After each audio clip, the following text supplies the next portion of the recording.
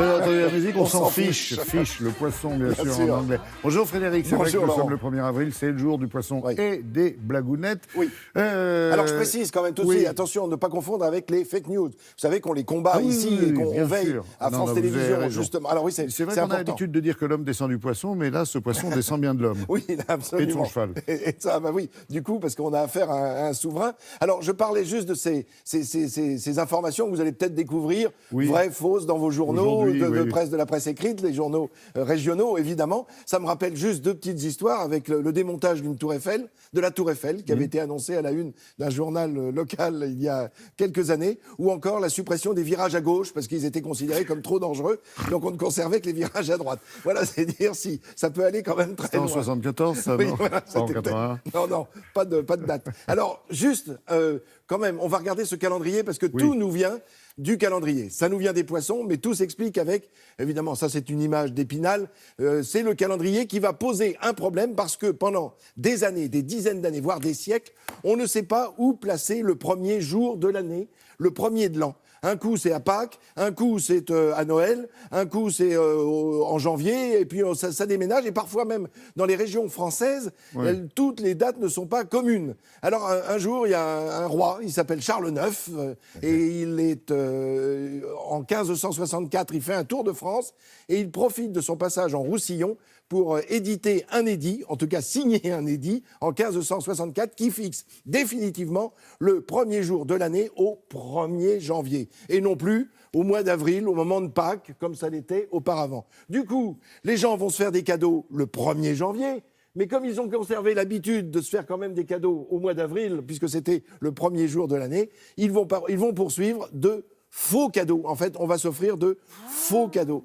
Et comme en cette période de mois d'avril, on est à une période où la pêche est en train de rouvrir, depuis mars déjà, alors d'où c'est la présence de ces poissons, évidemment, multiples, et des pêcheurs qui sont là. C'est-à-dire qu'au mois de mars, fin mars, on a l'ouverture de l'omble chevalier, par exemple, ou de la truite fario.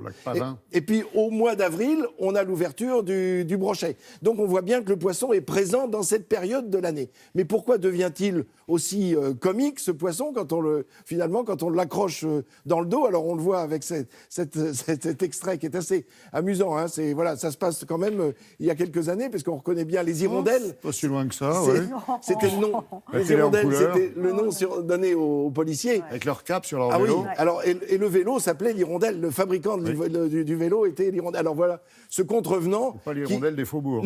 Non, encore il passait dans les faubourgs. Hein. Pas mal, oui. Alors, vous voyez ce contrevenant qui vient d'être épinglé par ce policier et qui en profite pour lui mettre un poisson dans le dos. Alors évidemment, ce poisson est tout symbolique, et tout symbolique pour le calendrier aussi religieux. Voilà pourquoi le lien avec le poisson, c'est la période du poisson, mais en plus, le poisson, c'est le symbole des chrétiens. Iktus, ça veut dire poisson en grec, et en fait, Iktus, I-C-H-T-U-S, ça signifie Jésus-Christ, fils de Dieu. Donc on comprend bien que tous ces symboles sont liés. Alors là, cette dernière image que l'on peut revoir, parce que c'est assez... c'est surprenant. C'est un des plus beaux canulars qui n'ait jamais existé, avec Roland d'Orgelès. On est en 1910, on est au Lapin Agile, qui se trouvait à Paris. Ouais. Et là, il y a un âne que l'on voit au premier plan. L'échelle de Jacob. Oui, exactement. Qui s'appelle Lolo.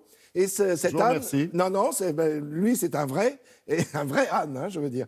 Et donc, on le voit, on lui a mis un pinceau au bout de la queue, on met une toile vierge, évidemment, derrière, on lui donne une carotte, et à chaque fois que la queue bouge, ça fait un tableau. Tout ça pour critiquer les œuvres d'art qui étaient vendues à l'époque, au début du XXe siècle, avec des artistes que l'on trouvait parfois un petit peu désordonnés. Et Roland J'adore la phrase. Un petit peu désordonnée. Non, mais ça veut dire que Laurent d'Orgelès s'est dit, on va peut-être la vendre bien, cette toile. Et effectivement, elle est vendue au Salon des Indépendants en 1910 pour 400 francs or. Alors vous allez me dire, ça ne nous dit plus rien. Mais juste, un Raoul Dufy, à l'époque, était vendu 10 francs. Donc ça vous remet quand même... €1,50. C'est à peu près ça. Alors on comprend évidemment ce canular, ça faisait partie des images que je voulais vous montrer, parce qu'il y en a eu au cours de l'histoire énormément. Et c'est vrai qu'on se rappelait de Charles IX, que l'on a vu avec ce livre. Oui, écrit par Jean Telet. Bravo. Jean Telet, et qui raconte quelques anecdotes, et notamment celle du 1er avril, c'est à découvrir, bien sûr. Ah oui, et puis il vient de sortir un nouveau livre. À chaque fois, c'est un succès fou. Bravo à Jean Telet, merci. Merci, Laurent. Merci Fred, revenez, bien sûr, un peu plus tard pour... Monsieur Lolo. Vous voulez que je mette un pinceau? Non, pas aujourd'hui.